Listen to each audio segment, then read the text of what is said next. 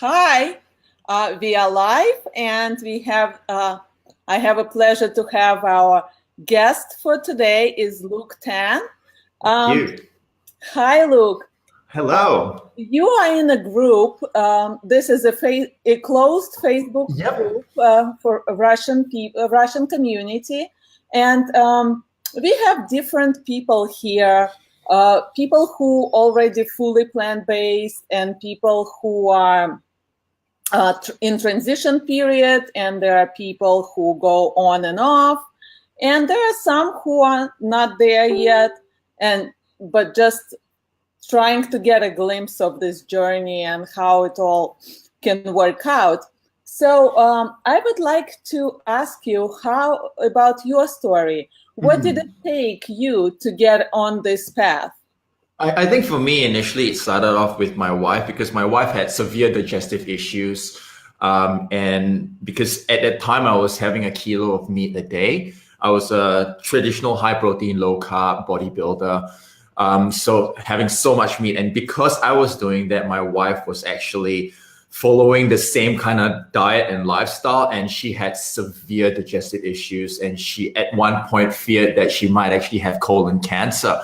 So it was quite dark times, but yeah, I mean, she initially made the switch by looking by inspiration from a post on Facebook, and almost in a few days, her digestive issues just went away. Her energy spiked, and we're just talking days. And from then, I was just kind of, all right, that's interesting.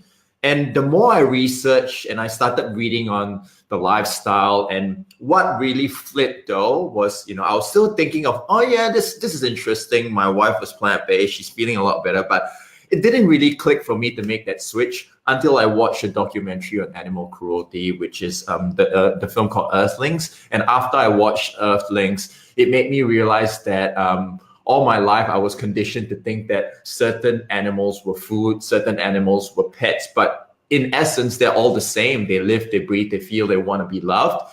And all of a sudden, I made the connection, and overnight, I decided that I did not want to contribute to animal cruelty anymore. And since then, my health, my fitness, my performance has improved. And now I'm running a summit, and I want to see other people thrive and live this lifestyle because I think it's just helped and healed me in so many ways, physically, mentally, spiritually, emotionally. And I see that not just with myself, but a lot of people. And many people come into this lifestyle for different reasons, but you need to have more than one reason to stay and thrive in this lifestyle.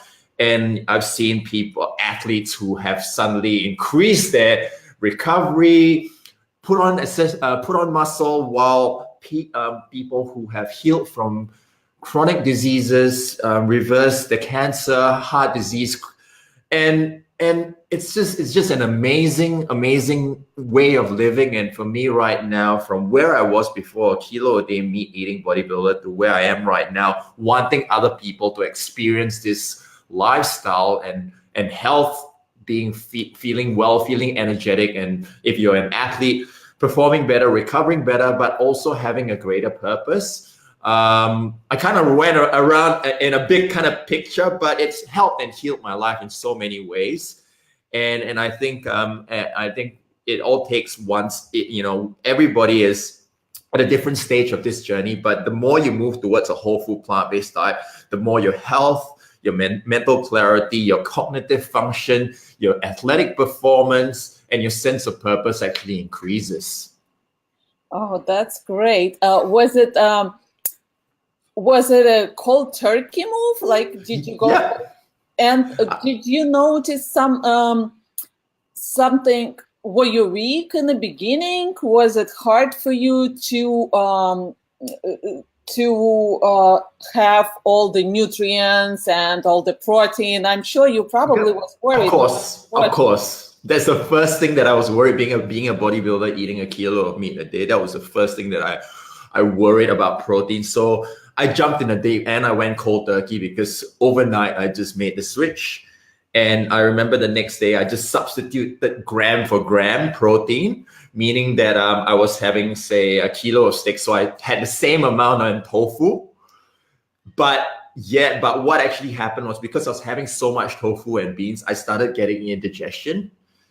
And because and in essence, now I realize that it's not how much protein you consume, but it's quality and how your digestion is impacted. Protein is one small aspect of muscle building in terms of recovery.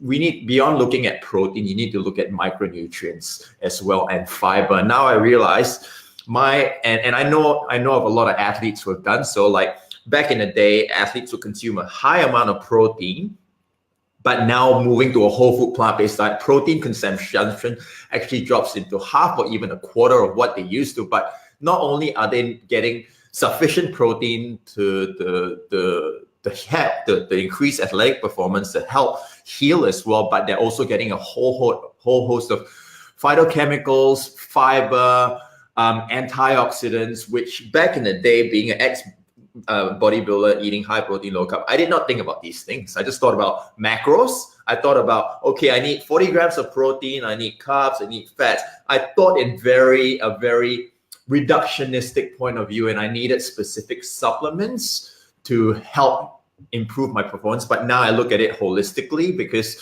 at the end of the day, when you look at protein should not be looked at in a singularity. You need to look at whether it contains fiber, whether it contains antioxidants, whether it promotes digestion, whether it contains pre or probiotics, and all of that. Plant-based proteins contain all of that. So you get all of that, your protein plus more. So back to your question as well. It was a process, but through my process, and speaking to a lot of top athletes and doctors around the world, I find that it's really not that hard, because we tend to intellectualize and we want to make things too complex, but it's really very simple. Consume sufficient nutrient-dense whole plant calories, and essentially your body will do its work at detoxifying and recovering better. And yeah, I mean, in a nutshell, it's been a process, but it was cold turkey, but here I am right now chatting with you. Do you use any protein powders? What are your thoughts on it? I think protein powders, I actually use protein powders not because I lack protein, because I use it to flavor like my oats and my milk. I shake it with like soy milk and things like that. I think plant-based protein powders, I mean, first things first, before consuming plant-based protein powders, you need to look at your diet first. You can't supplement your way out of a bad diet. So you can't just have lots and lots of crap, processed, refined, plant-based foods and hope to get your protein from plant-based protein. First, you need to get your nutrition right first.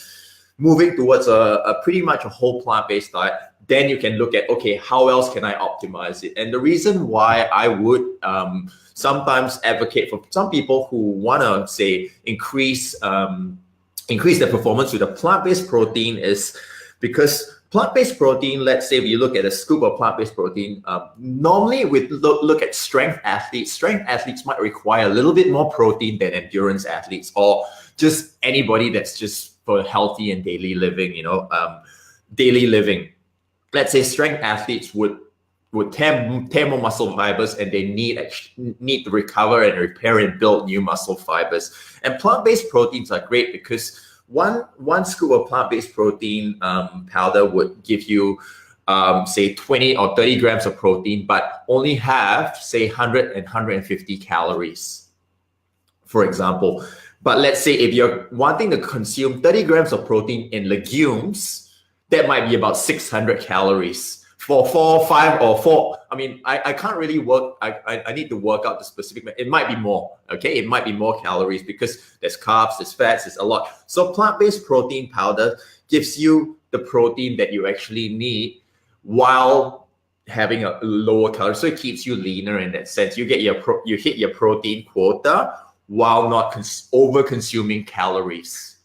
So that's the way of looking at it. And also plant-based proteins help improve your recovery, build muscle as well. But once again, you need to work out start with a whole food plant-based diet. And you're looking at increasing your performance, increasing your strength, increasing muscle mass, try using a plant-based protein powder and see what happens.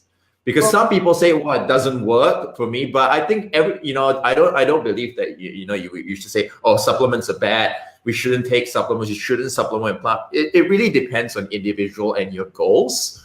And I think the best way to try is just to give it a go. And definitely plant-based protein powders are a lot better than whey, because whey is full of toxic chemicals and full of hormones as well. And I mean, whey is really a waste product of the dairy industry, and they've kind of packaged and marketed as a product, and it contains so much bad stuff in there, and it accelerates cancer growth because whey protein boosts IGF-1, and IGF-1 doesn't just boost muscle growth, boost muscle cells, but also it boosts cancer cell growth as well. So plant proteins. Sorry, you go. Would you say that one can be a bodybuilder, or at least an athlete, or just a fit person on a plant-based diet without the protein powder? Totally, definitely. I know of a lot of athletes and I've spoken to a registered dietitian who trains Olympic athletes. For him, he says you don't need supplementation. You just follow a whole food plant-based diet, and you need to look at things like nutrient timing, when you actually time your nutrition and what you fuel, and maybe specific plant-based foods like things like omega-3 rich foods to reduce inflammation, or high antioxidant foods to prevent cell damage as well. So yes, you can actually optimize performance by a whole food plant-based diet. And I would say a whole food plant-based diet in itself is 90% of improving your athletic performance, 95%. That tweak could be supplementation, could be things like branched chain amino acids, it could be creatine, it could be other things, but 95%, like for me, 95% of my calories are from whole plant-based foods. That 5% is just from really, I would say, like a plant-based protein powder or anything else. Okay. What is your regime for your fitness routine? Like, do you do cardio and weights? How many times a day? I mean, how many times a week? So, I mean, my routine, I train about 6 days a week, and I train gymnastics and CrossFit. So it's not really cardio or strength, it's cardio and strength. So I do things like Olympic lifts, big compound movements. I do runs, I swim as well. I do obstacle racing. So I don't just go to a gym. Like I do a lot of, I would say, they say functional movements. It's functional fitness in that sense. But yeah, CrossFit, gymnastics, 6 days a week, and I train for competition as well. Like I competed as a natural bodybuilder, as a non-vegan, and as a vegan, but I've moved away from bodybuilding now. I compete as a CrossFit athlete and in obstacle races like Spartan race. So like one of the big races that I did was a 21K obstacle race in Indonesia, and I'm looking to possibly travel to Paris down the track to do the Spartan race there. Looking to travel to US again to compete as a CrossFit athlete. So across the board, strength, endurance, gymnastics, agility as well. So everything. What would you recommend for food-wise before and after competition, as well as just before and after training? So before training, I think depends on what kind of training you're doing. Let's say if you're doing more strength-based activity up to 60 minutes, I would say fruits are always a good pre-fuel because it's easy to digest and it's high glycemic index, and things like dates as well are perfect. Like sometimes just before a competition, I might just have a few medjool dates because it's high in glucose. Because that's what your body will burn. But let's say if you're working like an endurance athlete who might be running 50K or training for a marathon where they might be out a lot longer, then you might want to incorporate more fats, because fat is it's a slower burning fuel. It doesn't spike, so it lasts. And because fats are 9 calories a gram versus protein and carbs, which is 4 calories a gram, so they're more calorically dense. So if I'm training, for example, or an athlete is training for a longer duration event, incorporate more fats. Like my wife runs 100K, so she competes. She's going to be competing internationally, but her diet is mainly fats, I would say. But yeah, so in terms of strength endurance, you need to define what kind of training first, and then basically then you can kind of ascertain what kind of fuel you use. So post workout, I would say for me, really, I don't really think about post workout nutrition, because post workout, I personally would have back in the day, I used to have like something that's high in sugar, high in carbs, like some like a fruit juice or something, just to replenish my glycogen stores, and maybe like with some chia seeds in there, just for a bit of protein and omega-3s. So post workout, that would be that. But for my wife Emily, who's an ultra endurance athlete, she might not want to eat after running 100K. So really, she might wait till the body actually heals, and she's going to replenish her electrolytes and things like that. Definitely replenishing your electrolytes, but just any whole plant-based meal that you would have. Like for me, I might have like a big serve of rice and beans, and sometimes even a smoothie. But I think that the key really is pre-workout. Pre-workout, I would say go to fruits and dates would be great. Post-workout, some sort of if you're training for a short duration of time, like up to 1 hour, like something high in sugar, natural, I would say, not like a Coke or anything but like a fruit juice with a bit of a protein source with chia seeds or something like that. It's always good. Or even sometimes just like a plant-based protein powder, or even just water. There's not really a big science around post-workout nutrition in that sense. So I keep it pretty simple. I heard the beet powder, beet juice helps to correct. Helps boost nitric oxide production. Yes, you're right. You're very, very, very good. Like I've actually just, funnily you brought that up, because I actually just started eating, having a green, I do have a green smoothie every single day, but I put a whole beet in there, because apparently the beet is going to improve my endurance and vascularity as well. And it also boosts nitric oxide. It boosts performance in that sense. So definitely beet. What else? I think for recovery, I believe I read that beet is good. Yeah, and I think ginger, definitely ginger. Ginger, chia. I mean, if you're looking at specific ingredients, ginger, chia seeds, turmeric, these are anti-inflammatory. And of course, your omega-3 sources. I mean, some people look at adaptogens. Adaptogens are herbs that kind of balance out your hormones, but I would say that's not really a big thing. But yeah, beets, definitely, as you mentioned, ginger, turmeric, and an omega-3 rich source, and some form of electrolytes. Could be things from coconut water, or even sea vegetables like dulse and kelp as well, because those would help with replenishing electrolytes. I see. I have one question from a person in my group. She's running a lot. Her main focus is on running, so she's running, let's say, every day, and twice a week she goes to the gym for training, and she's wondering what exercise should she focus on in the gym in those 2 days when she's running on everyday basis. I think if she's running on an everyday basis, and what kind of distance is she running? Is she running like very long distance, or 5K? She's trying for a marathon. Yeah. Okay. So I would say definitely full body. I mean, to keep it simple, if she's there 2 days, full body workout, compound movements, things like your squats, your deadlifts. You don't want to go too heavy. I would say higher reps, because if she's going to be running a marathon, the last thing she wants to do is put on extra muscle to be heavier.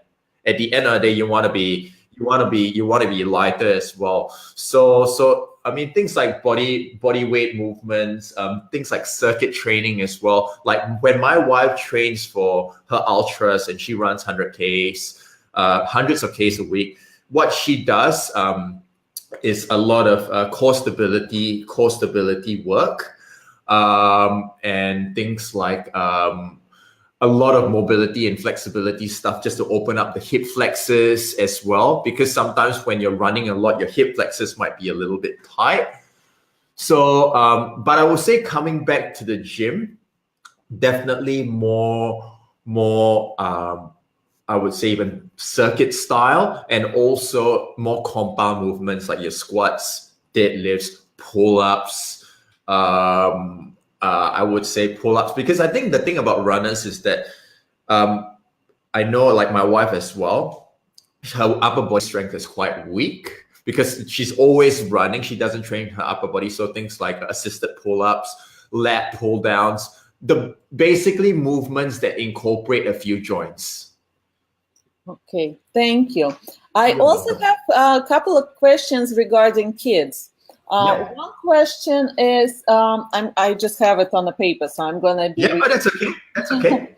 So that 11 years old boy has about 4 hours a day of training, and he has a big sugar cravings from time to time right after the training. What might be the reason for such a craving? I think, like I mentioned, because if he's training, the first thing when you're actually training for a certain period of time, your glycogen stores your muscle glycogen stores get depleted. So the first thing, that's why I was saying initially, after a workout, I might have like a fruit juice, because your sugars the first thing that will be burnt are your carbs and your sugars in your bloodstream, glucose, glycogen. So that could be potentially why he's craving something sweet. So having something like a juice, a fresh squeezed juice might actually help that, and also replenish glycogen stores as well. So I think that could be the reason why. Yeah, that makes sense. Yeah. And another question, in this case, it's a 16-year-old boy. He's very active, competing athlete, ski racing. Okay. He wants to build the muscle, but not overload on protein. So Yep. what would be an appropriate regime for him? So in the gym? No, well, just Anything in general? yeah. Okay, I would say firstly is you need to look at how much calories he's consuming. And if you want to build muscle, you want to be in an excess of calories. So because a lot of times people say, I want to build muscle, but I don't seem to be building muscle on a plant-based diet. First, you need to track how much he's consuming. For example, if he's training, say 5 days a week, but and you can do this by finding out your basal. You need to find out what your basal metabolic rate is.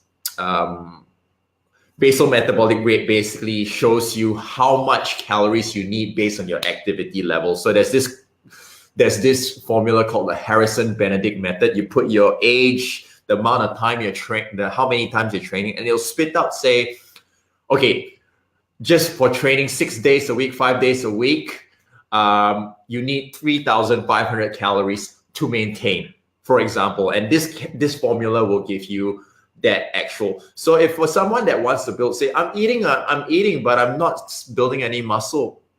But when they actually track, they're consuming 3,500 calories. So they need to be consuming more. But of course, from nutrient-dense whole plant-based sources. So that's one, consuming sufficient nutrient-dense plant-based sources, and I would say to be in a surplus. So you need more bricks to build a bigger house. So that's one. Number two is the other aspect is also what kind of training is he doing? If he's constantly skiing, you're not carrying muscle fibers and building new ones. And in order to build more muscle, you need to tear old ones and recover and build new ones through things like resistance training. Is he doing resistance training? So consider incorporating resistance training as well. And once again, resistance training, things like compound movements, big movements, not like bicep curls. I'm not going to do anything. Instead of doing bicep curls, do pull-ups. Instead of doing chest flies, do push-ups. Instead of doing leg extension, do squats. Big movements, those are actually going to help. So training compound movements is also going to help. The other thing is sleep and recovery. So the whole process of muscle building is such. During the gym, you tear muscle fibers and you fuel to build new ones. and then when you sleep, you grow. So it's that's how the whole process. And protein is just one small aspect of it. That people will say, oh, protein. These are the main factors for muscle building. So you need to look at how he's sleeping. Is he sleeping well? Because the growth phase actually happens when you're recovering and repairing. So I would say these are the main aspects to consider. Thanks. Did you ever count, like lately, are you counting your calories? How many calories do you consume? Because you are pretty muscular. Yeah, I mean, I don't count my calories now because I know I eat intuitively now, but a few weeks ago I actually did.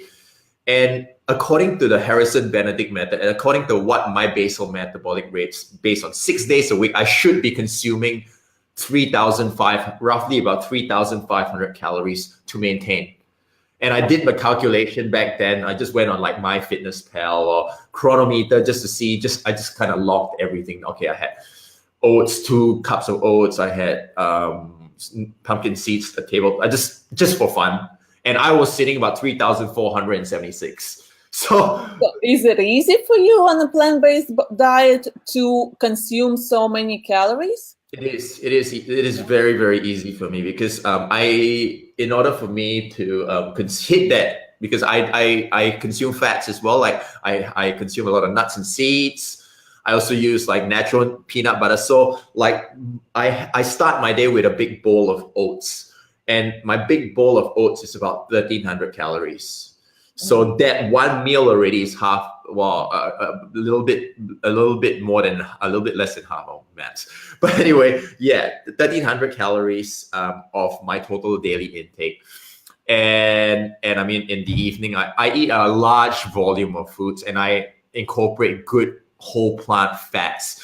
And I eat that, I reach that pretty easily. But I know some people find it hard to eat so much. So I would say, let's say if someone wants to build muscle and say, I can't consume 300, I can't consume a 1,300 calorie bowl of oats because I'm 60 kilos. It's not possible. So I think the easiest way for someone who wants to build muscle, who can't consume a large volume of foods, is smoothies. Drink your calories.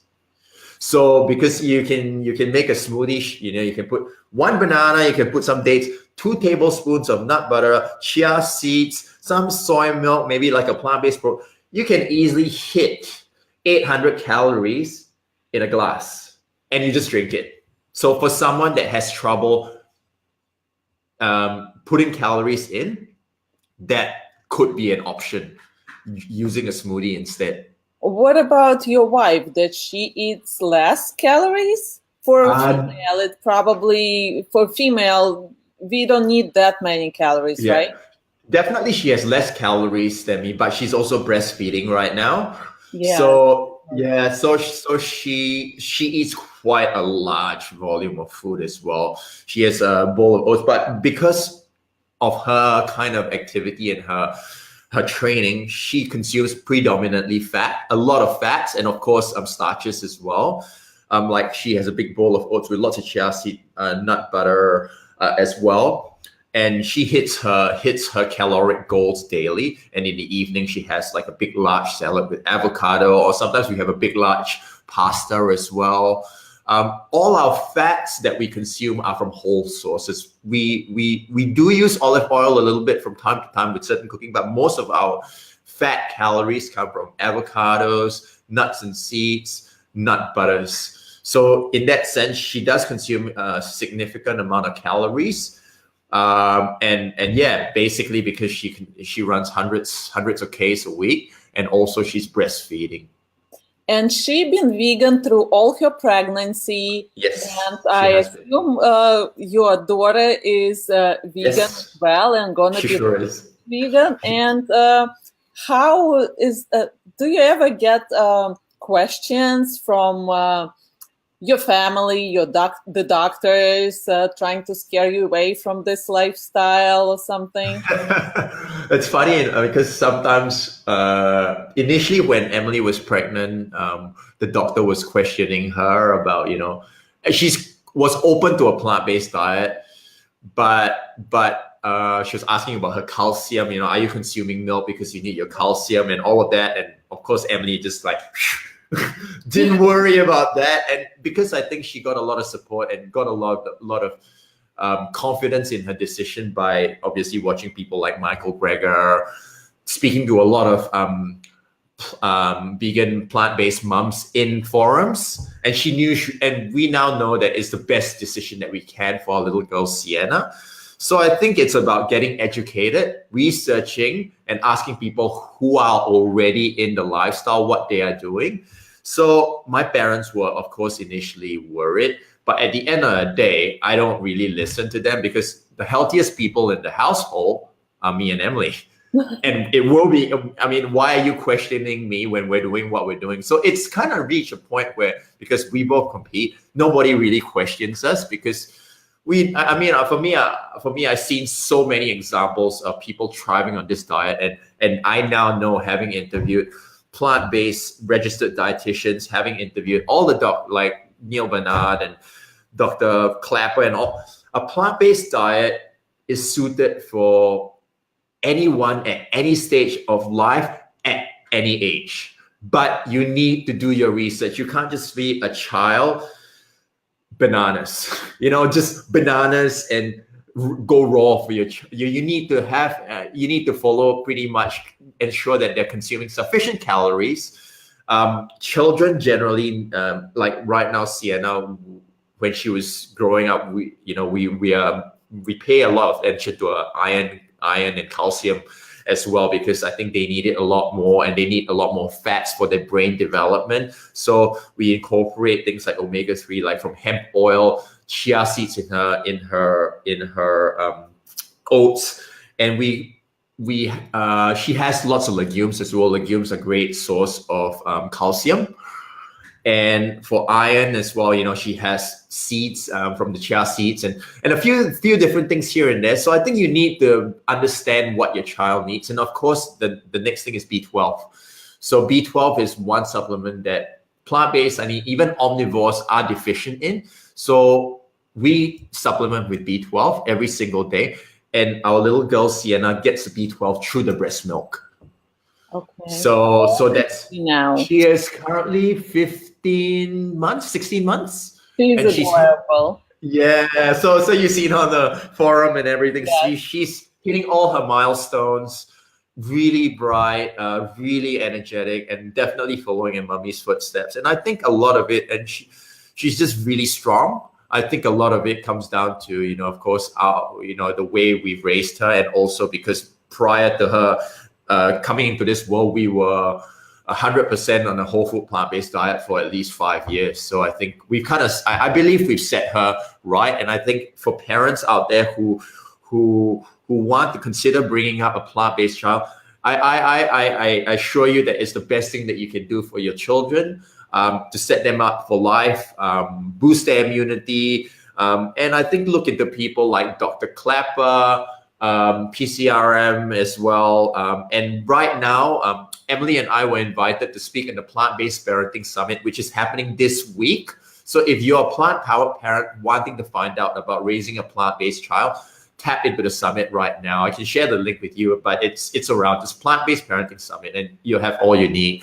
But have the confidence, make your own decision, stand by it. So it's a plant-based marathon? Plant-Based Parenting Summit. It's for parenting summit, right? Yeah, exactly, right now. So I'm going to share that link. Yeah. Do share it. Yeah, for sure. And you have a Plant Fit Summit coming up in September, correct? September 1st to September 10th. So Toby and I, my good friend and business partner, we've interviewed top experts around the world. And I think for us, it's just to share all the knowledge and information and inspiration for people to live and thrive plant-based. I think a plant-based diet is one thing, but active living is just as important, because they go hand in hand. Yeah, so I think it's just so important. So hopefully, first time I saw you was on a Plant Fit Summit that you did last year or the year before. Oh, right. Yeah, last year. Wow, fantastic. Yeah. That's awesome. It's awesome. You were part of the last year's event. Yes. I have another question. Someone asked, how does one start the journey to become a bodybuilder? I'm Yeah. 38, gonna be 39 in 2 months, and would love to try. Do I need a trainer or could I begin on my own?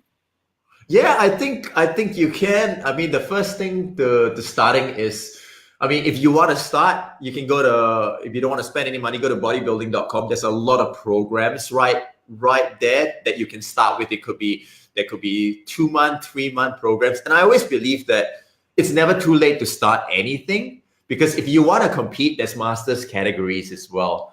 And there's like I know of masters who are competing at 50. So firstly, get a program online, follow it, be consistent. Because I think a lot of people say that they want to do something, but they just do it after a while. So, oh yeah, I don't have time. Life gets in the way. I don't really have time to train. But get a program. And if you really want and you're serious about getting the body, the best thing to do is sign up, shoot for a local competition. Find a federation in your own community, and that's how I started my bodybuilding career. I was always training in the gym, being in a teenager, training biceps, chest, just weight training. But until I decided to sign up for my first competition, I was just training just for training's sake. But when I said, all right, July 15th is the competition, 3 months, I started preparing for the competition. So I would challenge this person, sign up, look at what federations are natural federations, set yourself a goal. And I think I shared this with you, Julia, about setting an unleashed goal, something that's out of your comfort zone. Because when you have something that is way out there, you are going to automatically want to train hard. You're automatically going to want to fuel correctly. You're going to eat correctly, and your mindset is going to be focused to that goal, because it's just like a soccer player. If they don't have a goal post to shoot towards, they're just going to be dribbling around the field. You need to have a very specific goal and shoot for it. And I look forward to seeing your pictures on stage. Oh well, this person loves to be challenged, and Awesome. I'm sure after she's watching this video, she's gonna sign up for a competition. Yes, I'm sure I'm sign gonna up. see her Yeah. winning soon. Yeah, and I think, yeah, it's just signing up. And the thing about it, the thing about bodybuilding is that sometimes when you get on stage and you start looking around, this is your own journey, your own goal. It's your own. It's a challenge for yourself, because sometimes when you get to a competition, it gets a little bit daunting when you first stand on stage. But enjoy the whole process, get challenged, and just love the whole journey. And then when you actually do one competition, all of a sudden, I was like, well, I did one, I'm going to try for one more, and you start becoming better. Like, I know of this girl, Simone Collins, who's a top female vegan bodybuilder, and she just progressed through the years. So take the first competition as a stepping stone for maybe a second, a third, and then eventually you'll be sharing your experience to inspire other women to do the same. Yes, that's happening all the time. Do you have any advice? What would you take with you on a few for like a week hike? Like, people go on a hike and they want to take some food and snacks, and it's very hard sometimes for some to plan ahead and think what will be needed. I think this is something that I personally haven't done before, but things like beans, the problem with beans is they come in cans. It can be quite heavy. So, I mean, depending on how long the hike is, how long are we talking? Because a 2-day hike is very different to a 1-week hike. So how long would the hike be? But I would say things like energy bars would be a good start. Energy bars like Lara bars, Cliff bars. This will give you all the energy that you need. But the thing about the hike is that you can't just have energy bars the whole way. So are they going to be fueling along the way? Are they going to be stopping at certain checkpoints at all? Yeah. Right. So you need to consider these things. But beans are always a good thing. Some baked potatoes, I guess. Sorry? Baked potatoes are good. Yeah, potatoes. If you want to carry some baked potatoes, some dried fruit and nuts as well would be a good idea. Dried fruit and nuts, and yeah, I think those would be the main things. And definitely beans, and what else? Fruits. I guess you can bring fruits as well. But the thing is that you need to look at what you're carrying as well. You don't want to bring a whole grocery bag of fresh fruit and not have any other stuff. And I'm sure if you go to camping stores, you might be able to find plant-based like meal pouches as well, vegan meal pouches. If you Google, you should be able to find something. Yeah, that's an option. And I guess some dehydrated vegetables. And exactly. Stuff like that. Exactly. Dehydrated. For sure. That's a good idea as well. So what are your projects right now? Tell us about what are you working on? What is lots. I guess for me is right now is the summit, September 1st. That will be the big one. The Plantbased Summit. Still a lot of background work that goes on, managing the online community, and I'm also starting to create courses for personal trainers. Because I think there's a lot of misinformation out there in the fitness community, and I hope to be able to change that. So to get non-plant-based or non-vegan personal trainers to understand how to advocate and prescribe a plant-based diet to fuel active living, because it's not just swapping your chicken with 50 grams, 100 grams of tofu. It's not like that, but it's also quite simple. So be able to help them understand the concepts, because I think the fitness community is a one kind of site where there's a lot of emphasis on protein, particularly a lot of animal protein. So I hope to be able to change that. So I'm doing a course on that. I'm doing a lot of speaking engagements. I'm flying to LA because I was invited to be part of the Skills for Good anti-dairy like an anti-dairy campaign started by Olympic athlete Dotsie Bausch. So I've been invited there, and I think also just being a dad, being a dad to my little girl, because I spend a lot of hours in front of the Mac.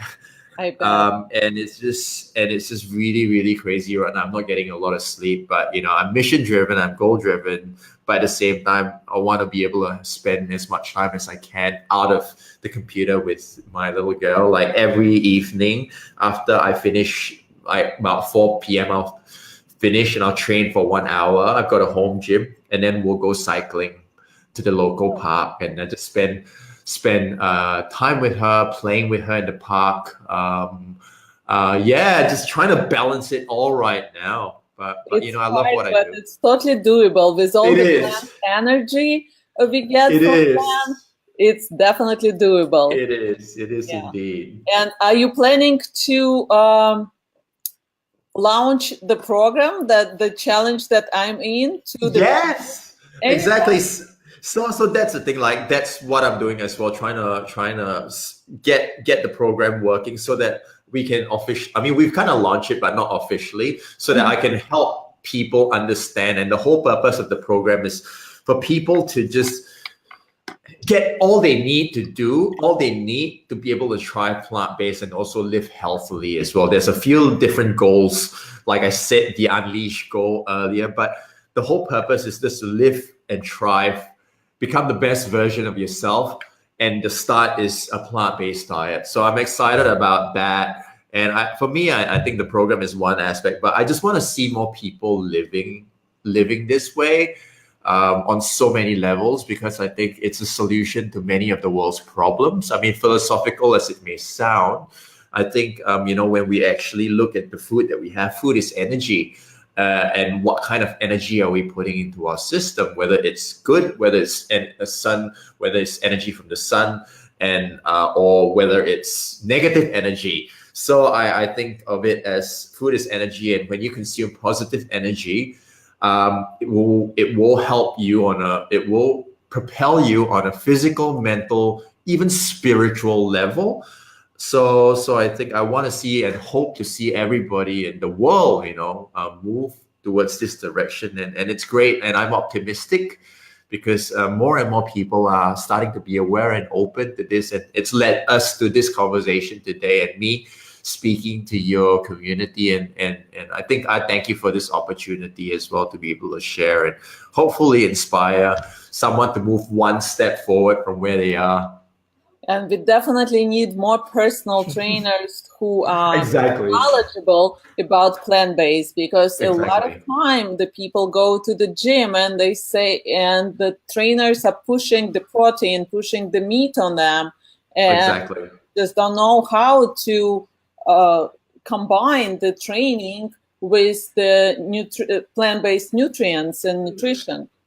I think that's changing as well. So I mean, there are a lot more plant-based vegan personal trainers out there than they were 5 years ago.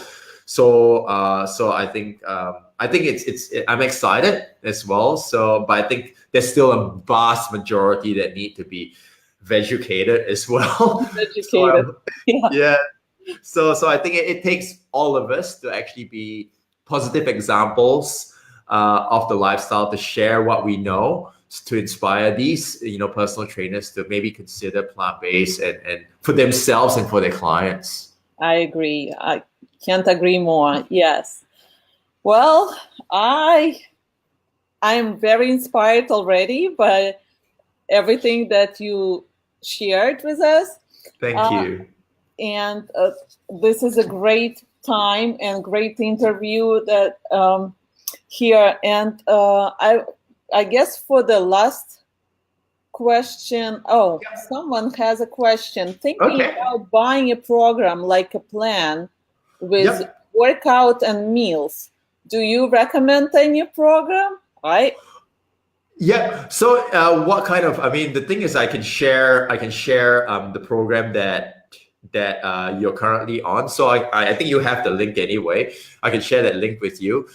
In terms of buying programs, to start, there's a good book by Robert Cheek as well. The name of the book is called Plant-Based Muscle.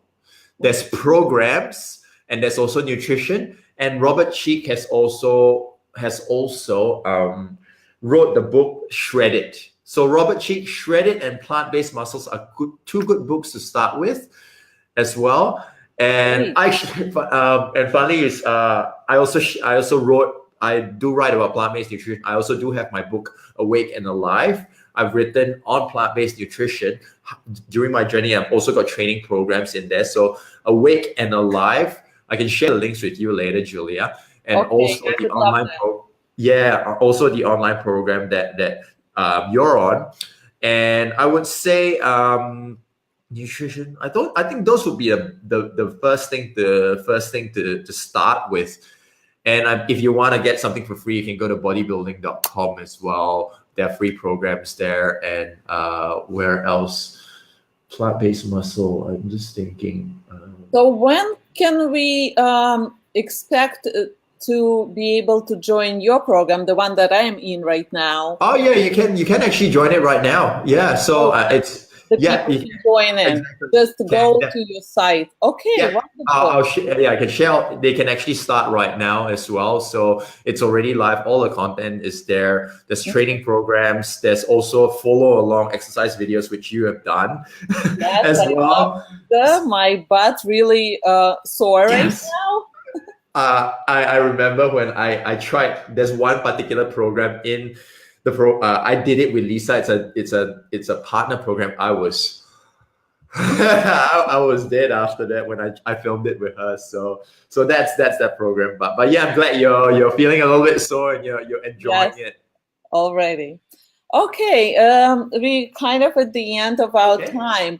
And what would be your words of encouragement for those who are still afraid to make this last step, the leap to the plant-based diet and lifestyle? I think it's just to make a decision, because a lot of times when you make a decision, you draw a line in the sand, everything just falls into place. It's always when we're just like, should I not, should I, let's say if you're looking at a bungee jump, should I jump and over the cliff, or should I not? Just jump. And I always say, just start, and start with, it could be, you could do it overnight like me, or just cold turkey, but you could just start with one meal and actually make that commitment and make the decision for at least 2 weeks. At least two. Don't just say, all right, I'm just going to do it tomorrow and then day after I'm done. At least commit to doing it 2 weeks, 2 to 3 weeks. Reach out to people like Julia, the Plantbased community, and reach out to people who are living the lifestyle, because we are all ever ready to help and support you.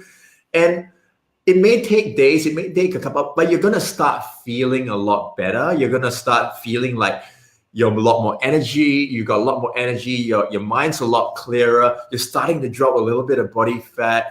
And all of a sudden, you feel all this energy coming, but you need to give it time. Decide to make that decision.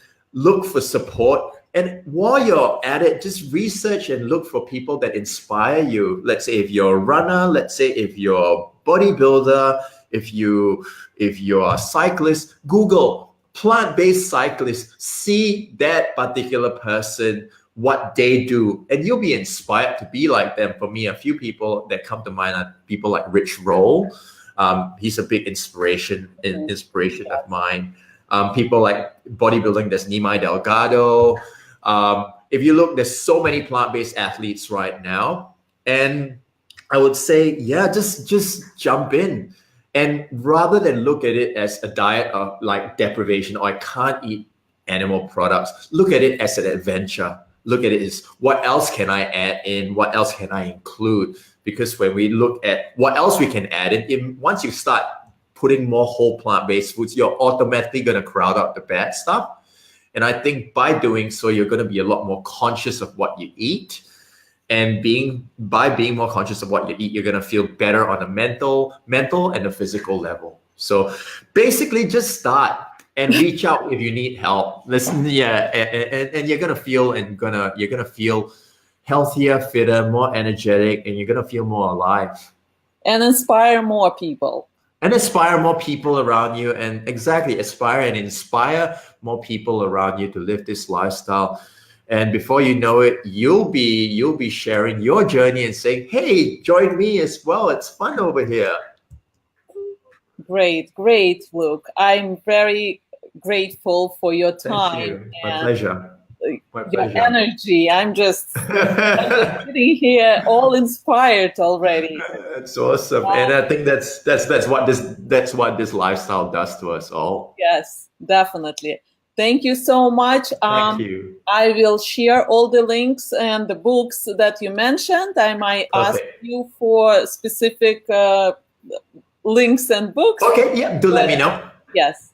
All right. Thank you so much. You're welcome. Hugs to Emily and Sienna. Thank you. And I'll see you in the challenge. Sure, I'll see you soon again. Have a good day, and bye, everyone. Bye. Thank you for tuning in. Bye.